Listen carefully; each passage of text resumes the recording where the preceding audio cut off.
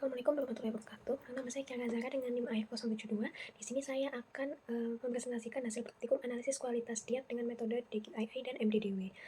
Berikut merupakan data food recall responden. Ini didasarkan pada data 24 food recall di bulan Agustus lalu. Setelah itu untuk DQII ini kepanjang singkatan dari Diet Quality Index Internasional, di mana ini digunakan untuk mengukur kualitas diet seseorang yang terdiri dari 4 aspek, yaitu variasi, kecukupan, moderasi, dan keseimbangan keseluruhan. Kualitas diet dinilai rendah apabila skor DQII ini bernilai kurang dari sama dengan 60 poin. Untuk skor maksimalnya itu 100 poin, di mana ini dibagi untuk setiap aspeknya. Selanjutnya, berdasarkan food recall responden, ini dapat diketahui bahwa skor total DQI termasuk kategori rendah, yaitu 44 dari 100 poin, dan juga berada di bawah standar 60 poin, di mana konsumsi lemak ini berlebih sehingga mendapat nilai 0 poin. Lalu untuk keragaman konsumsi pangan cukup terbatas dan terdiri dari beberapa kelompok pangan saja. Untuk skor total komponen keragaman bernilai 11 dari 20 poin. Sedangkan untuk kecukupan konsumsi pangan terhadap pemenuhan mikronutrien itu juga cukup kurang dengan nilai kecukupan 21 dari 40 poin. Dan untuk skor moderasi ini menunjukkan bahwa responden mengonsumsi lemak berlebih, yaitu dengan 0 poin, sehingga untuk skor total moderasi ini bernilai 12 dari 30 poin. Lalu untuk skor keseimbangan ini dari karbohidrat, protein, dan lemak ini masih tidak sesuai dengan standar sehingga memperoleh skor 0 poin. Selanjutnya untuk MDDW ini merupakan singkatan dari Minimum Dietary Diversity for Women, di mana ini digunakan untuk mengukur kualitas diet seseorang dan mencerminkan kecukupan zat gizi responden khususnya bagi perempuan.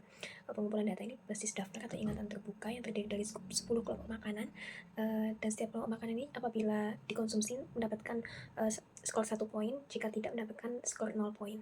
Lalu nantinya skor dari setiap kelompok makanan akan dijumlahkan dan diidentifikasi berdasarkan cut-off. Minimal terdapat 5 kelompok pangan yang dikonsumsi dalam sehari agar kualitas diet dinilai cukup baik. Selanjutnya, berdasarkan data food recall responden ini dapat diinterpretasikan dari hasil MDDW-nya, di mana memiliki total skor 6 dari 10 poin yang menandakan bahwa konsumsi responden ini telah mencapai standar keragaman pangan minimumnya, ini cukup baik. Lalu untuk kelompok pangan yang dikonsumsi selama food recall ini yaitu kelompok serealia, kacang-kacangan, ayam, telur, dan buah-buahan. Tetapi terdapat ketidaklengkapan konsumsi kelompok pangan yang menyebabkan kurangnya pemenuhan zat gizi secara maksimal. Lalu diperlukan upaya perbaikan konsumsi dalam mengubah variasi jenis makanan dan minuman sebagai sumber zat gizi agar pemenuhannya semakin optimal. Selanjutnya untuk kelebihan dan kekurangan metode DQII dan MDDW, di mana untuk kelebihannya metode DQII ini menilai konsumsi secara lengkap dan menyungguh melalui 4 komponen penentu kualitas diet. Lalu untuk penggunaan kedua metode ini itu bersumber dari data yang cukup fleksibel, yaitu bisa dari food recall, FFQ, atau food record yang nantinya akan diklasifikasikan dalam setiap kelompok pangan. Setelah itu juga kelebihannya mencerminkan pola makan secara keseluruhan, tidak hanya berfokus pada satu jenis zat gizi saja.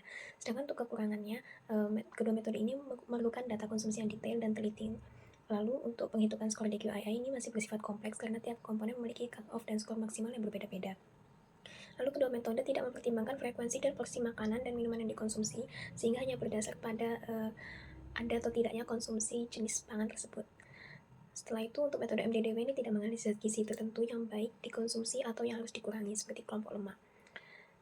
Berdasarkan hasil praktikum dapat disimpulkan bahwa kualitas diet responden masih tergolong kurang baik dengan skor total DQII dan MDDW yang masih berada di kuartil tengah dari skor maksimal, tetapi untuk MDDW ini sudah mencapai skor minimalnya.